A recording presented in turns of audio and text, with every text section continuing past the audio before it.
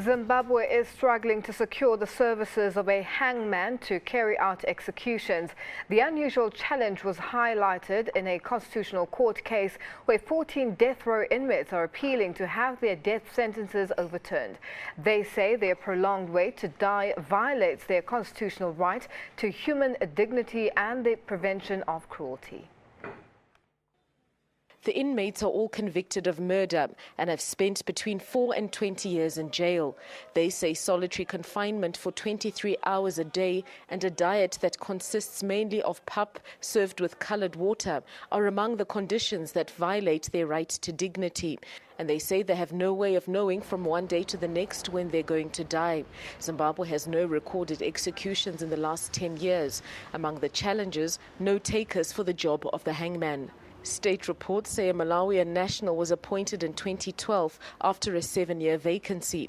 The state conceded in its case against the 14 that he has since left, and the state has been in a predicament trying to secure the services of another. It's a defense the prisoner's lawyer rejects. That's fiction.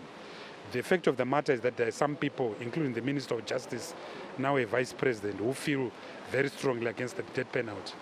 They just didn't have the courage of simply saying, let's outlaw it.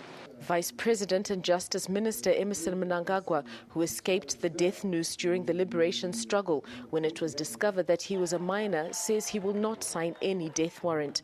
A constitution adopted in 2013 exempts women from execution, as well as adult males over the age of 70.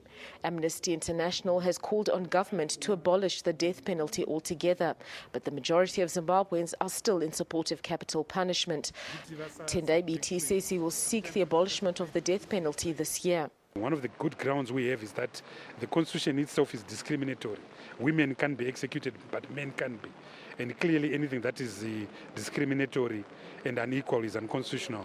So we are waiting to challenge that so that the death penalty can go away. Meanwhile, the Constitutional Court has reserved judgment on the 14.